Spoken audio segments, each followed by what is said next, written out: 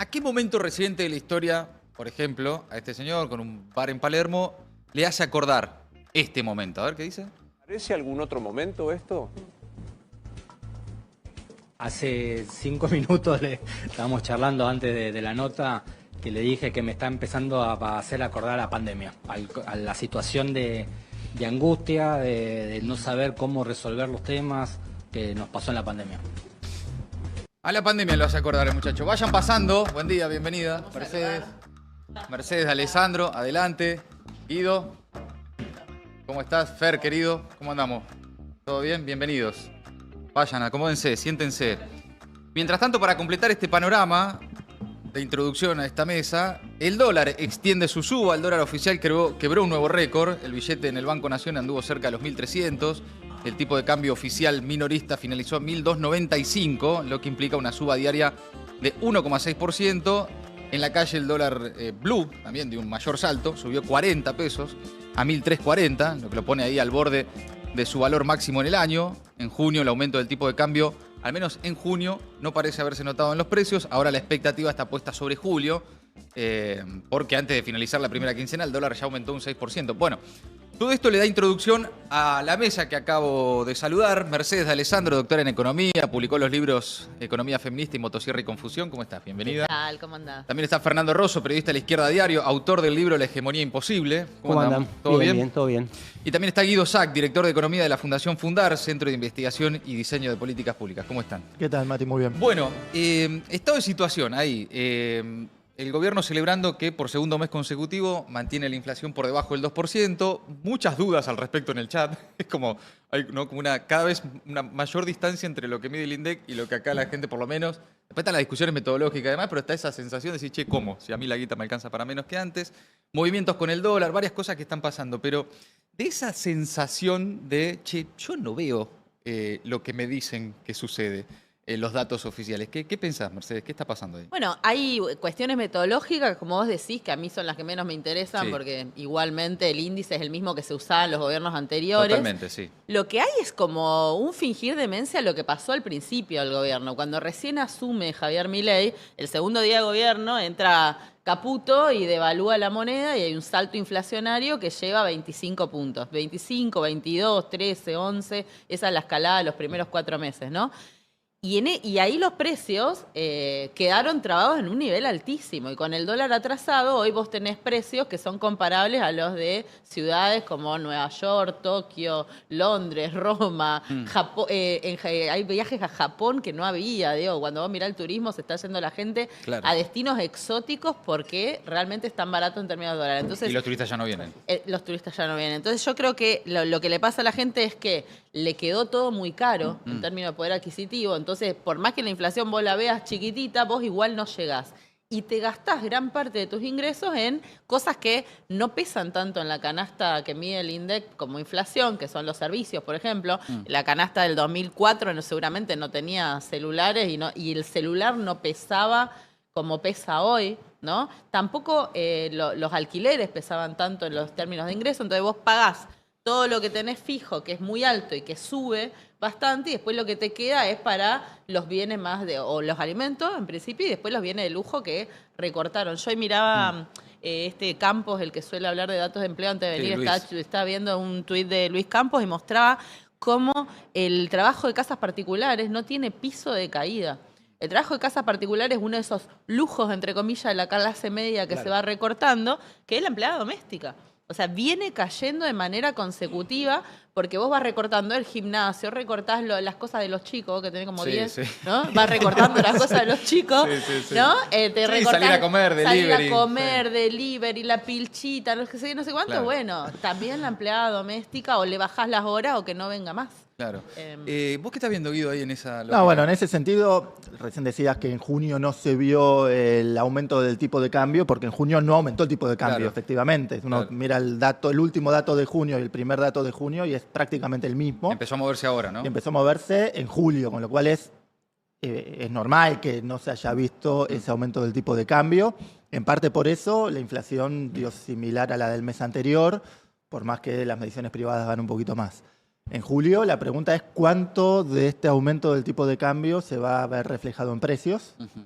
Es es evidente que en alguna medida se va a ver reflejado en precios. Y después con una particularidad de que a un componente de la inflación que se llama los estacionales, que es como los alimentos, de las verduras, que cuando es temporada baja de precio, cuando no es temporada aumenta de precio, la fruta, la ropa, ¿no? Que por temporada. Estos meses te juega a favor, porque si uno mira los datos, los precios estacionales cayeron 0,2%. Ya en julio la estacionalidad va a jugar en contra de la inflación, es decir, va a sumar. Entonces es desafiante de nuevo que se mantenga en estos niveles y que no suba. Y según incluso el propio gobierno, se vienen meses intensos, bueno, se vienen elecciones y demás, más allá del factor Fantino de la semana pasada, que quedaron todos así como medio, ¿qué carajo está pasando?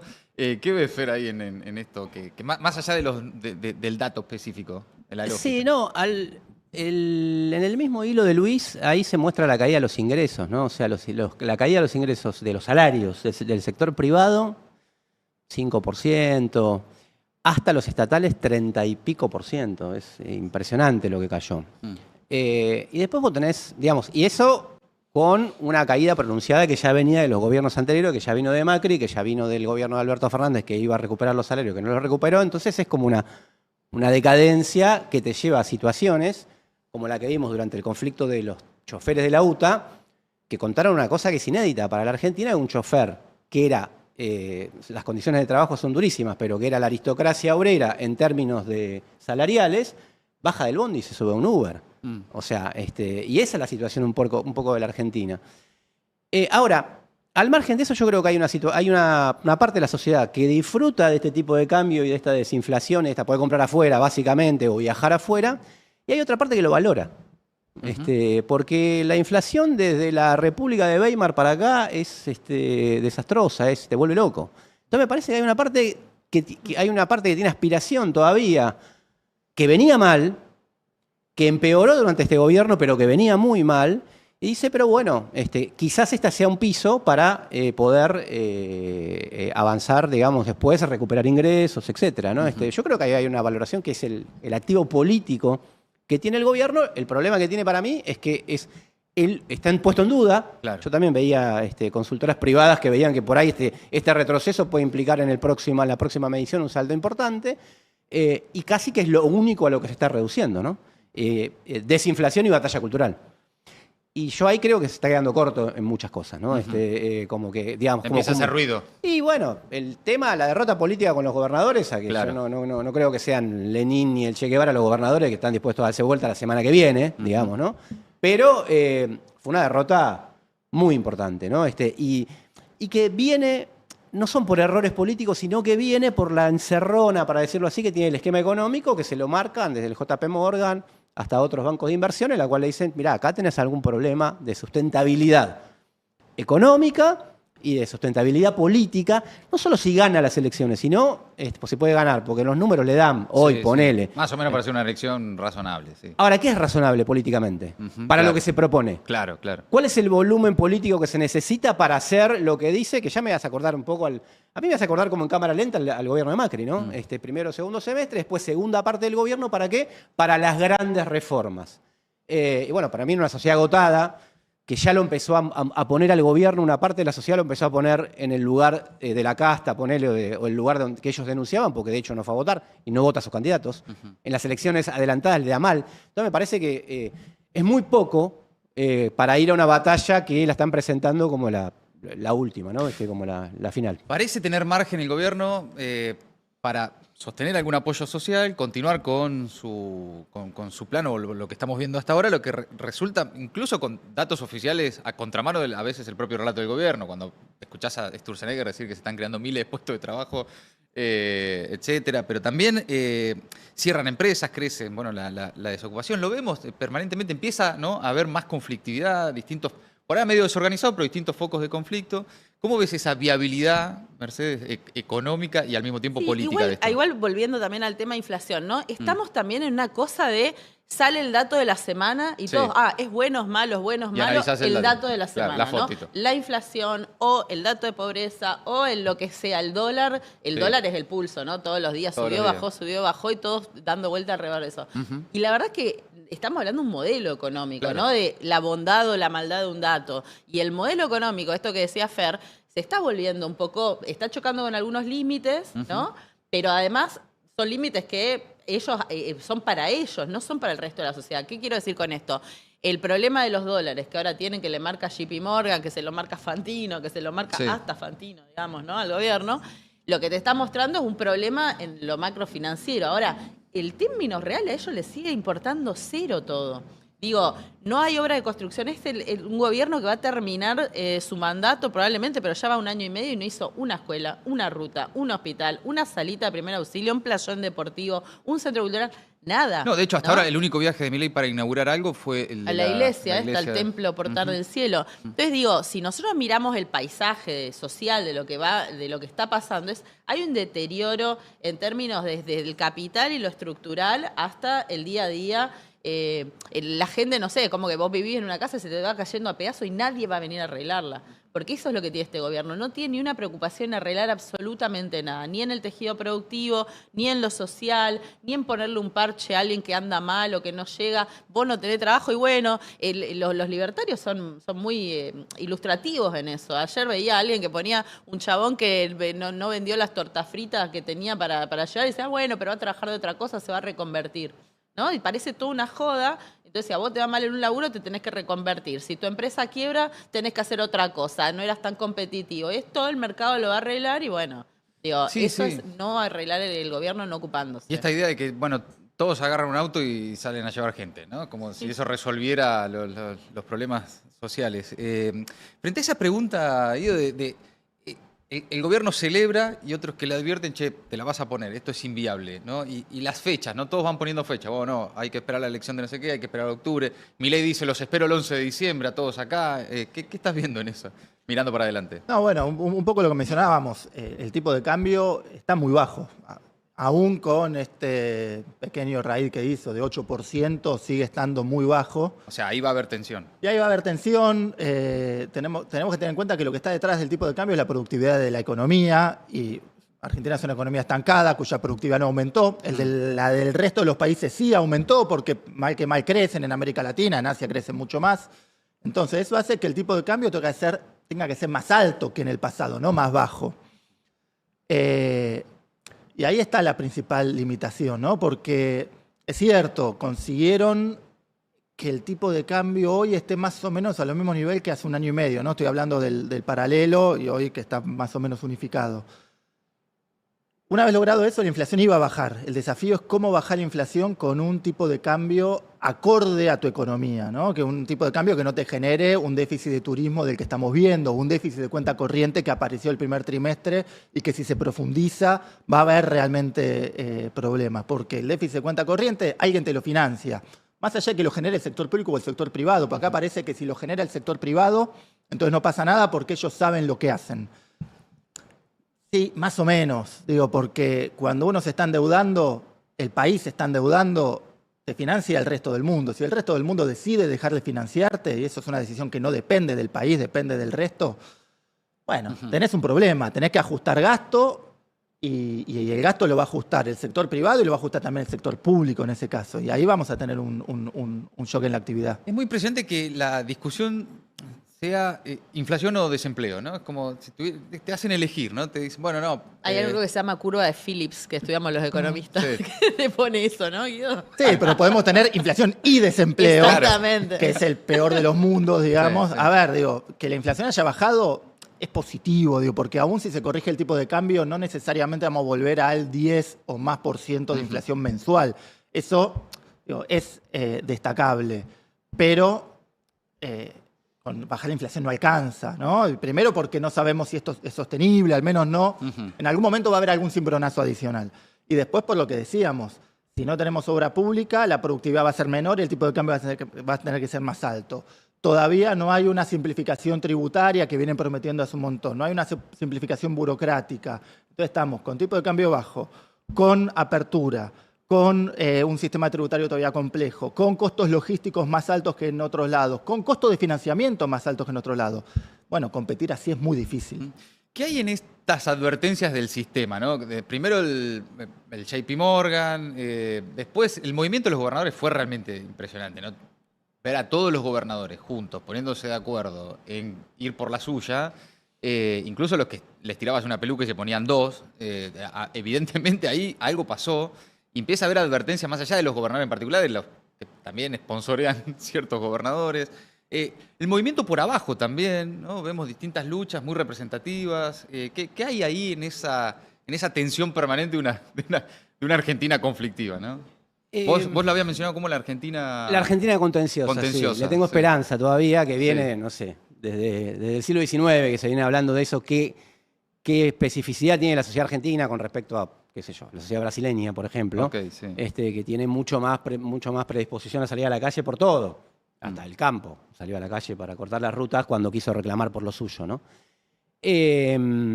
Ahora, a mí lo que me parece es, yo creo que se la van a poner, para decirlo académicamente, como lo dicen en París 8, se la van a poner, porque es inviable económicamente y es inviable políticamente también, porque ellos tienen, es un artefacto nuevo, estamos mirándolo todos como un artefacto nuevo, y ellos tienen una concepción distinta a lo que uno venía pensando, cuando inclusive yo escribí mi libro, La hegemonía imposible, de gobiernos que buscan de alguna manera ampliar su base de coalición política y su base de coalición social y agregar sectores y hacerse hegemónico, no quiero poner en académico, ¿no? Pero este gobierno dice, a mí no me importa eso. Yo voy con una minoría consolidada, por eso la batalla cultural tiene una racionalidad, por eso hay método detrás de su locura. Yo consolido mi minoría y con esa minoría y el apoyo del poder, de los poderes fácticos, para decirlo así, avanzo a las patadas. Es un gobierno que, desde ese punto de vista, es un acontecimiento como el de Pablo Grillo, a cualquier otro gobierno lo ponía en crisis, porque, bueno, estuviste a punto de matar a un pibe. Eso lo inauguró Patricia Bullrich con Santiago Maldonado. Sí, claro. La respuesta estatal de qué me importa. Es más, te ataco a vos, te ataco a tu familia. Eso lo inauguró Patricia Bullrich en el último tramo de Juntos por el Cambio. Entonces, me parece que ellos dicen, bueno, y sin embargo a los 15 días estaban tirando de nuevo frente a los jubilados, ¿no? Entonces me parece que ese también es un límite político, porque que a ellos no les importe no ser hegemónico no quiere decir que no sea importante, digamos, ¿no? Que no haya que ampliar su coalición social, su coalición política.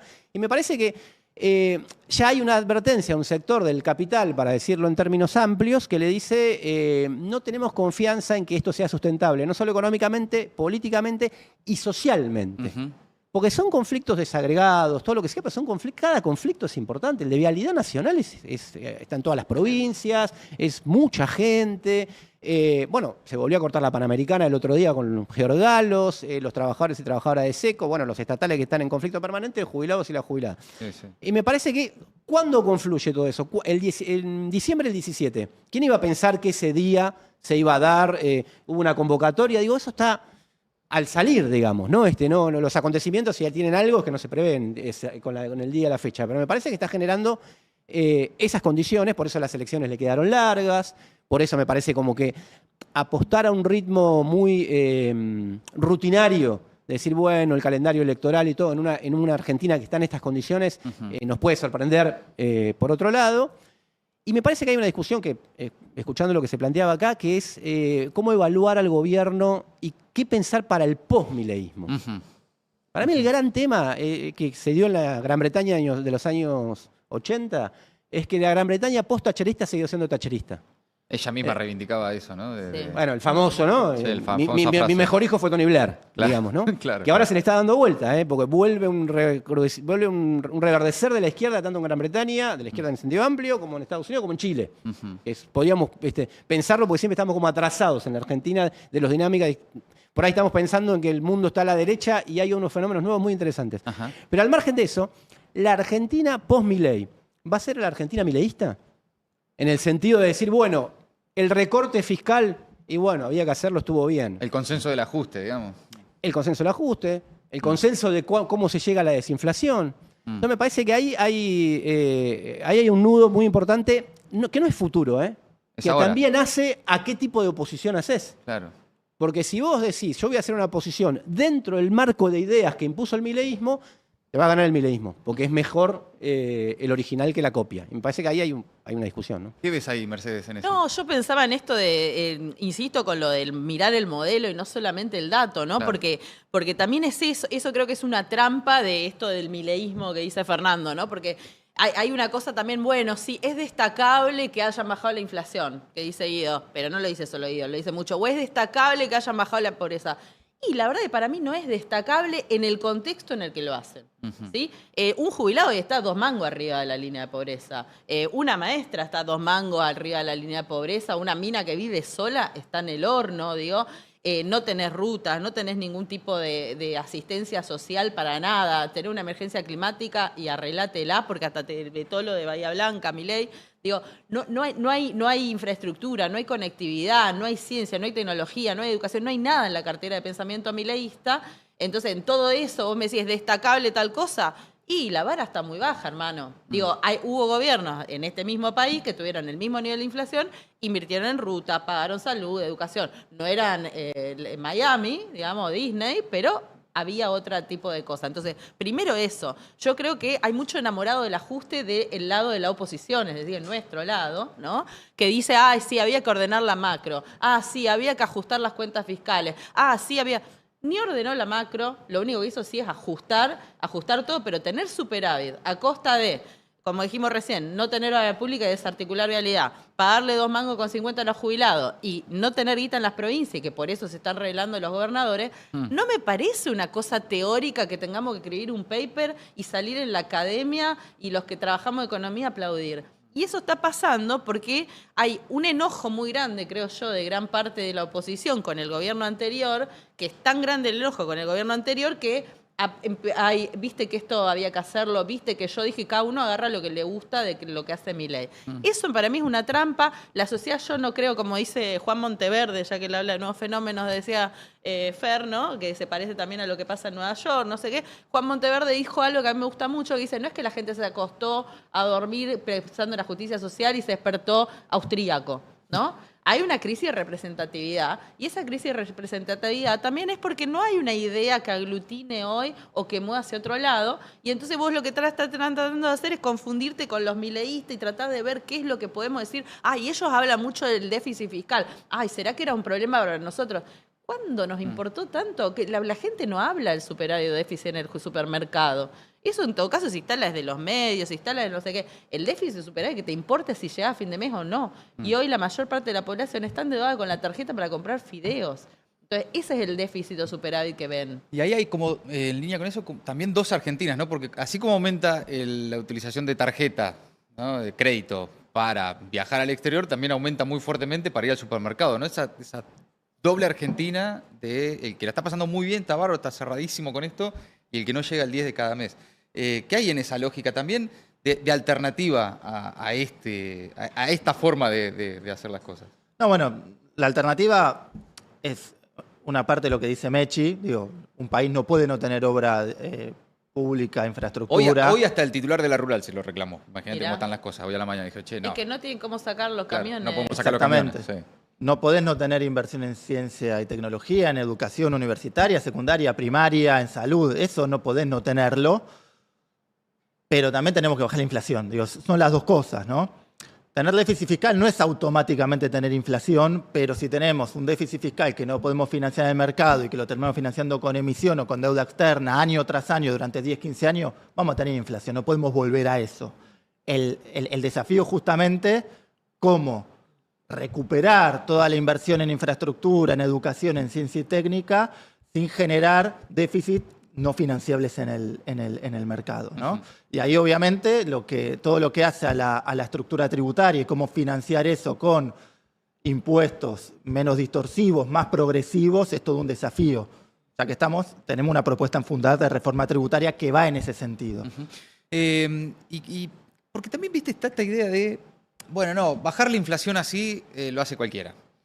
Pero al mismo tiempo no se presenta una alternativa fácilmente identificable de cómo sí era una forma de bajar la inflación sin toda esta destrucción del aparato productivo, sin esta la destrucción, si se quiere, de la vida cotidiana de mucha gente. Es decir, cuesta identificar en la oposición propuestas de cómo bajar la inflación sin el costo social de esta forma de bajar la inflación.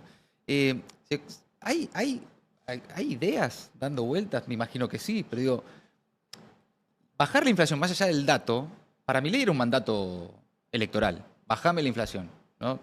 Podemos coincidir en que había ahí, más allá de las promesas de la dolarización, toda esa falopa Igual de yo ajustar la quiero casta y demás. insistir con que decimos que Milei bajó la inflación, está en 40 puntos. Sí, O sea, veníamos de 200, ¿no? Sí, pero lo que quiero decir es, tampoco es que con todo lo que hizo, con el trauma que le generó en la sociedad, con lo que recortó, con lo que revolvió todo, el endeudamiento que tenemos, que eso también pongámoslo sobre la Sí, mesa, claro, ¿no? El claro. nivel de deuda que tenemos, que es impagable directamente. Tampoco es que bajó, o sea, tenemos No, más ¿sabes qué inflación pasa? que 40 países latinoamericanos juntos. Yo coincido, O sea, pero el contraste es muy fuerte, ¿no? Por eso, el contraste con los 200 puntos de cuando el tipo llega y no solo el dato, la locura que era vivir sin saber a cuánto iban a estar las cosas la semana siguiente, todavía genera en un sector de la sociedad que este dato es una buena noticia, ¿no? Sobre todo para, insisto, el sector de la sociedad que llega, que todavía tiene margen, que todavía tiene paritaria, el que por estas horas está viajando al ¿qué dice exterior tu chat? o entra por ¿Llegan o Amazon. no llegan No, a acá tu la mayoría chat? no llega, por eso estamos acá. Acá no hay ningún hijo de millonarios, dueño de corpos, ni nada de eso. La mayoría no llega, nadie le crea el dato de inflación. En eso estamos. Ahora, a mí lo que me cuesta encontrar, honestamente, es desde la oposición un relato alternativo de se puede bajar la inflación, se puede tener inflación, más o menos, no digo bajar, por poner una estabilidad sin este costo social, sin ajustar a los jubilados, sin reventar las universidades, sin dejar de hacer rutas y demás, que no sea esta la forma, ¿no? Sin embargo, no está claro. Sí, Vos yo te no digo, escuchás una respuesta clara a una alternativa a eso. No, lo primero para mí es que no es claro y no es fácil. Mm. Como lo que él está haciendo no es claro y es fácil. Ujú. Es dificilísimo para muchos argentinos, no es que lo hizo fácil, digamos, ¿no? Segundo, que esto ya, yo no me quiero poner en panfletista, ¿no? Pero que no puedo pensarlo si no es en un contexto mucho más general. Digamos, por ejemplo, si vos dejás los bancos y el colador, que es el comercio exterior en la Argentina, en manos de monopolio privado del comercio exterior, es mucho más difícil que este problema específico, como tantos otros problemas económicos, se solucionen, digamos, ¿no? Entonces, ahora, obviamente, eso requiere de otra potencialidad política, de otra fuerza social, pero creo que el momento en el que estamos ahora discutiendo, que vos lo sintetizaste como el consenso del ajuste, es que yo creo que Milei recoge muchos sentidos comunes que se fueron sembrando en el último tiempo. Y que esa es la principal discusión que hay hoy, que en otros lugares del mundo, por ejemplo, Mandani, Zoran Mandani, de los socialistas democráticos dentro del Partido Demócrata, dijo congelar los alquileres. Ujú. Y dijo poner servicios gratis De transporte. de transporte. Sí. Vos haces eso acá y te saltan de todos lados y te dicen, ¿querés volver al déficit fiscal? Ujú. ¿Me entendés? O sea, no te importa que se gaste. No, bueno, busquemos en algún otro lado. Bueno, eso, pero de todas formas, eso no está hoy, necesariamente. está, bueno. Busquemos en otro lado. Por eso, no está. No está, pero digo que porque hay un consenso, insisto yo, construido en el último tiempo, en que hubo demasiados privilegios de las mayorías populares, está discutido históricamente esto, ¿no? Que son los que trajeron los problemas económicos. Y mirá a dónde voy. Al año 2013, y no sé si vamos a tener de acuerdo, cuando Cristina Kirchner dijo hay que cobrarle impuesto a las ganancias a los trabajadores que ganan mucho dinero porque son privilegiados, y uno decía, el salario no es ganancia, te decían, pero ¿cómo? Vos no querés ser solidario, etcétera, etcétera. Bueno, yo empiezo a que se empezaron a sembrar ideas de ese tipo, en la cual el sindicalizado es privilegiado, después el estatal es privilegiado, después viene por vos, ¿viste? Como la parábola, digamos, ¿no? Entonces me parece que, y durante el tiempo, entonces la idea, el ajuste fiscal, que el ajuste fiscal es este que está acá. Nadie dice cobrémosle a Roca, al campo, a esto, lo otro, digamos, No, como, claro. ¿me entendés? Que se Claro. ajusten ellos. Cuando se dice ajuste, es este ajuste. Bueno, esa es una alternativa, eso digo, ¿no? Bueno, pero planteé claramente eso, ¿no? seguro. Hay otra forma de hacer. Bueno, hay que ajustar arriba, no abajo. Sí, Seguro. pero Ahora, eso no es hay- que uno lo plantea y gana un diputado. No, y, lo sé, obviamente. obviamente que requiere de una actividad parlamentaria, extraparlamentaria, social y un convencimiento ideológico, porque lo que yo creo que hizo Milei, recosechando todas estas ideas, es convencer ideológicamente a un sector, o quizás resignar a políticamente a un sector o ideológicamente a un sector por una salida neoliberal popular. que se hizo popular por lo menos coyunturalmente. Digamos, ¿no? Yo venía discutiendo sobre el déficit fiscal con el chofer del Cabify, y él me decía que no, que para él tiene que bajar un punto más. No, obviamente que no discutía eso, pero quiero decir que sí el consenso instalado de que, bueno, probaron con tantas cosas, inflaron tanto el Estado, me prometieron que no me estaban ajustando mientras me estaban ajustando. Bueno, yo uso esta figura, ¿no? Entonces vino el que dijo, che, yo voy a hacer el ajuste que va a terminar con todos los ajustes. ¿Viste como la promesa de las guerras mundiales? Voy a hacer la última guerra, venía la guerra conmigo, morí en la guerra conmigo, porque esta va a ser la guerra que va a terminar con todas las guerras. Entonces dije, bueno, y dijeron, bueno, qué sé yo. Si me dijeron tantas cosas, por eso digo la bronca, es bronca y hay una racionalidad también. Porque si no también es lo manipulan los medios, lo manipulan los streaming, no sé, ¿entendés? Entonces no tiene. Y hay una racionalidad. Bueno, yo creo que hay una batalla previa, ideológico, política, y aparte una experiencia. También una experiencia, digamos, ¿no? De la sociedad argentina o del sector que se opone, que es un montón. Sí. Porque tuvimos todo este tiempo explorando la cabeza de los incels, ¿viste? ¿Qué tienen los libertarios en la cabeza? ¿Qué sé yo qué tienen? Pero también hay un montón de sector que está como a la intemperie de un plan, no solamente político, sino social, de enfrentamiento. Bueno, el jueves hay una marcha muy importante por si quiere vetar esto. Y yo digo, qué sé yo, si el jueves no se convierte en algo que unifique, digamos, ¿no? Pero digo que, no quiero hacer una respuesta simplista, digo, incluye muchos factores que el desmembramiento de la discusión favorece al universo de ideas que plantea Milei, ¿no? Sí, y ahí agrego a lo que decía Fernando de que hay otras alternativas. No sé, hay un montón de impuestos totalmente distorsivos. Bajaron los bienes personales, digo, ¿no? Pero además de eso, a mí me pasó que discutiendo con gente no Milei, digamos, cuando vos decís, bueno, sacale todos los beneficios fiscales a las empresas de la economía del conocimiento. Una ley que en el 2004 tenía sentido, la ley del software, cuando la saca Néstor Kirchner, porque recién ese sector empezaba a nacer. Hoy le estás dando incentivos fiscales a Marcos Galperín, que tiene la empresa, una empresa que cotiza en bolsa, que no necesitan nada de eso, y sin embargo, los 100 mil millones de pesos que se lleva, 100 millones de dólares, te alcanzaría para financiar todo el sistema universitario. O sea, esos son datos que trajo el vicerrector de la Universidad General Sarmiento y los puso sobre la mesa. Ahora, nadie le quiere tocar el bolsillo a Marcos Galperín, pero no es solo Milei. En el gobierno de Alberto Fernández, Matías Culfas le firmó el coso a Marcos Galperín y se sacó una foto abrazado diciendo te voy a dar incentivos fiscales en el momento en el que todavía estábamos en la pospandemia. Entonces digo, son discusiones internas también, que hay sectores que yo digo esto y muchos me dicen, no, antidesarrollo, antiempresario. No soy antiempresario. Estoy en contra de que un tipo, estoy en contra de que un tipo... Para que te quedes tranquila en el lugar que estás. Gracias.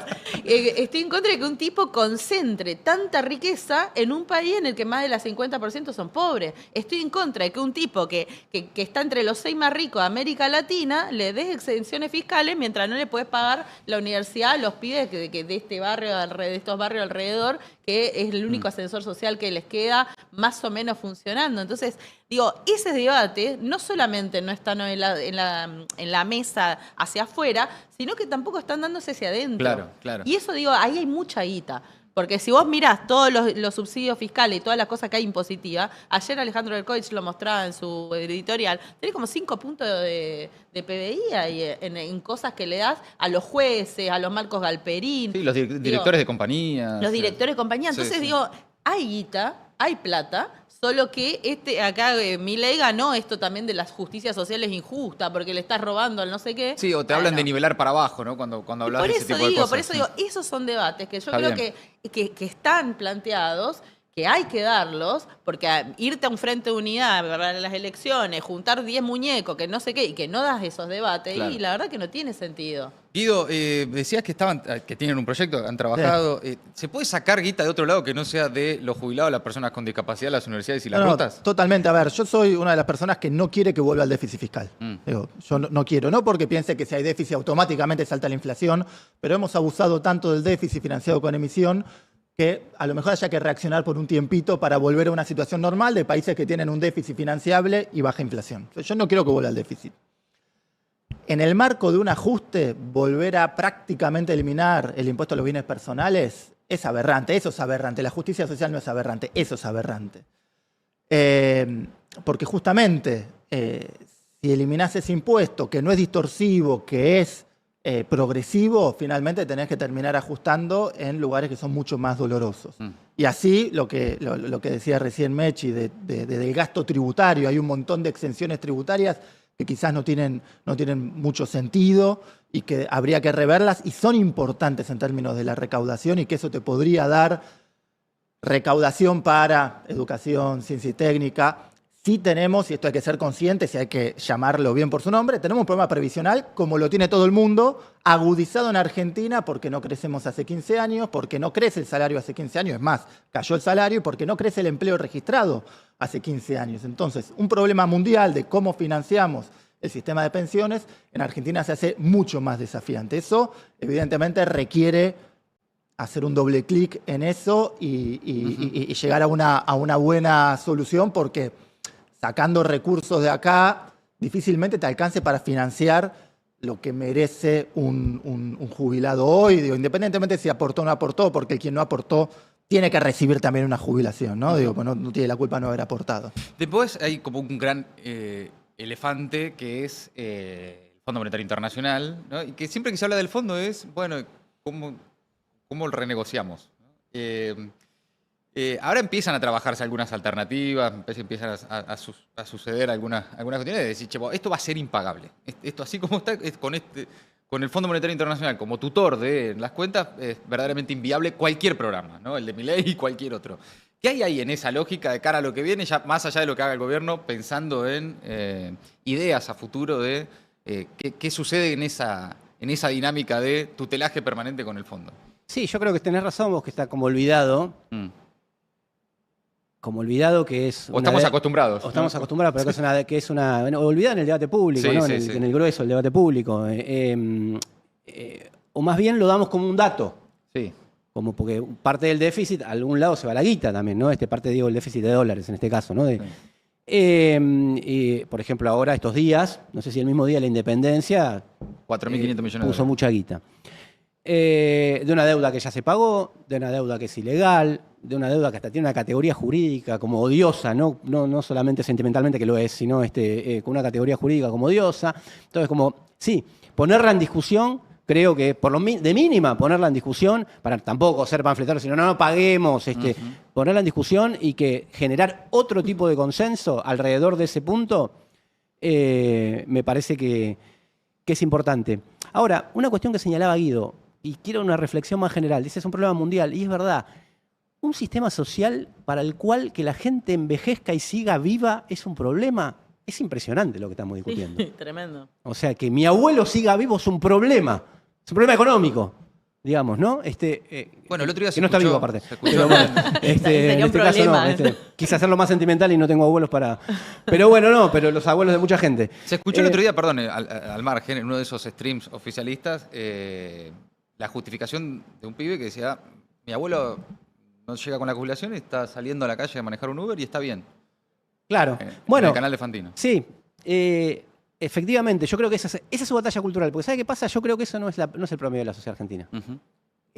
No solamente argentina contenciosa, sino igualitaria. Algo aprovechó del igualitarismo argentino Milei cuando llegó, cuando dijo casta versus pueblo. Fue un gran lector de Laclau, que no lo habrá leído nunca, digamos, ¿no? Pero de Ernesto Laclau, tuvo un momento de significante vacío. ¿Quién era la casta y quién era el pueblo? Y él logró esa... ahora, por los mismos problemas que tienen muchos de los Laclau, después cuando tienen que resolver los problemas concretos, lo sustancial, ahí tienen un problema, ¿no? Pero yo creo que estamos todo el tiempo remitiéndonos a un balance, que es así. ¿Por qué se perdió las elecciones, el Frente de Todos? ¿O por qué ganó Milei? ¿Por qué ganó Milei? Sí. Y creo que hay que rediscutir ese consenso, es decir, ¿por qué no supimos hacer el ajuste a tiempo? Esa es la discusión. Lo que él hizo, lo que él hace a las patadas, tendríamos que haberlo hecho retocando así. Y esto se discute desde hace un montón de tiempo. Hay un libro que se llama La caída de Pablo Harchunov, que es un libro literario pero documentado sobre el segundo gobierno de Perón. Y ni Perón lo pudo hacer. Perón tuvo un problema cuando fue a su plan de estabilización y le fue así, digamos. Entonces, ¿qué se deben creer más que Perón? digamos, ¿no? Desde ese punto de vista, que yo le tengo un respeto, aunque como no coincido ideológicamente, obviamente, pero digo que me parece que es un poco la hora de patear, la izquierda lo intenta hacer, no sé si con éxito, o con el éxito que corresponde, aunque Alejandro Vilca sacó el 25% de los votos en Jujuy, cuando Milei sacó el 17% en la capital. Claro, el fenómeno Vilca no era fenómeno Vilca, porque para el mainstream el fenómeno Estaba lejos para es ser- mejor, estaba claro, lejos de estaba la muy capital. lejos, era muy oscuro, colla encima, barrendero. Claro. Obviamente que no da para fenómeno, pero puede ser para fenómeno. En su momento Nico del Caño en Mendoza, 15% de los votos, antes en Salta. O sea, la izquierda tiene una presencia también acá. Digo porque no es solamente el outsider que surge y aparece como en los casos que estamos discutiendo, Janet Jara en Chile, que ganó la interna del Partido Comunista, ¿contra quién? Contra su Alberto, que me perdone Boric, que tanto lo festejaron, pero están todos rebelándose contra sus Albertos. Mandani en Estados Unidos también. Y la izquierda inglesa, que rompió una dirigente muy fuerte del Partido Laborista, y se está rearmando la izquierda inglesa, contra su Alberto, que es el Partido Laborista que gobierna hace un año y dice no podemos aumentar las jubilaciones, no podemos... Entonces, y Brasil, traigo las experiencias internacionales, cierro con esto, perdón que estoy hablando mucho. Y Brasil tiene una gran discusión ahora, que armó una gran coalición, se unieron Lula y su Macri, el Macri brasileño, o su Rodríguez Larreta, pongámoslo Otro Black Macri. para que sea más amable. Y Bolsonaro la está peleando, ¿eh? A pesar del juicio y todo lo demás, el bolsonarismo la está peleando. Entonces, si vamos a ir a decir, bueno, construyamos una alternativa que tome estos puntos, que ajuste pero no tanto y todo lo demás, capaz que la tenemos a Villarroel en 4 años, que ya se está preparando. Claro. Pero no es, estamos llegando a una situación límite, para mí, en la cual las soluciones, perdón, parece una discusión del siglo XX, las soluciones reformistas de retoque, Milei las vino a poner en cuestión. Yo voy a hacer una contrarrevolución, dijo. No voy a hacer una contrarreforma, gradualismo. Yo hago una contrarrevolución y con todo lo que eso requiere, la violencia, los muertos si son necesarios, etcétera, porque Pablo Grillo estuvo ahí, no estoy exagerando, digamos, ¿no? Entonces yo creo que del otro lado o es esa respuesta contundente o cedámosle la hegemonía, en este caso sí, por 20 años, digamos, ¿no? Sí, yo pensaba, Guido dijo, yo soy de los que piensa el déficit, yo soy una degenerada fiscal, ¿sí? En ese sentido soy degenerada fiscal. Pero, me asustaste. porque, igual, bueno, temblá. Mirá cómo tiemblo. No, pero digo, a ver, son herramientas de política económica. ¿Qué es esto de, no tenemos que tener, tenemos que tener esto otro? Lo mismo, la deuda. Endeudamiento, buenísimo. Si la usás para hacer algo, ¿no? Como esto que se la fugan y la revientan en la timba y el carry trade de los amigos Caputo. Digo, el endeudamiento sería buenísimo si fuera autopistas, carretera, Sí, infraestructura. puentes, infraestructura. Claro. No sé, un programa para levantar a los jóvenes que están hoy pedaleando bicicleta y darle otras posibilidades, para que los pibes morfen, digo, para eso yo me endeudaría y no sería una persona que diga, no, deuda cero porque ya usamos mucho la deuda, entonces ahora tenemos que... Lo mismo con el déficit. Entonces digo, primero son herramientas económicas, hay que ver en qué situación estás y cómo las utilizás.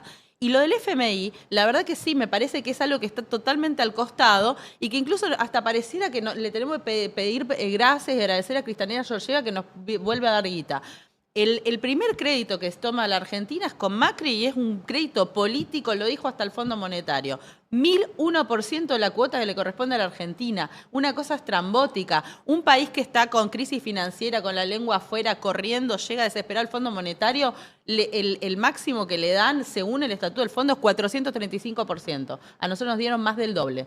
Después fue Caputo a pedirle más y le aumentaron la cuota. Hoy tenemos 15 veces la cuota de lo que nos merecíamos. 3 veces, más de 3 veces más de lo que le darían a un país que está acorralado con crisis de balanza de pago y financiero. Entonces digo, no entender y no poner sobre la mesa que son créditos políticos, que tienen un objetivo que es darle fuerza a un modelo neoliberal, a un gobierno que es de ultraderecha conservadora, que al Fondo Monetario le sirve.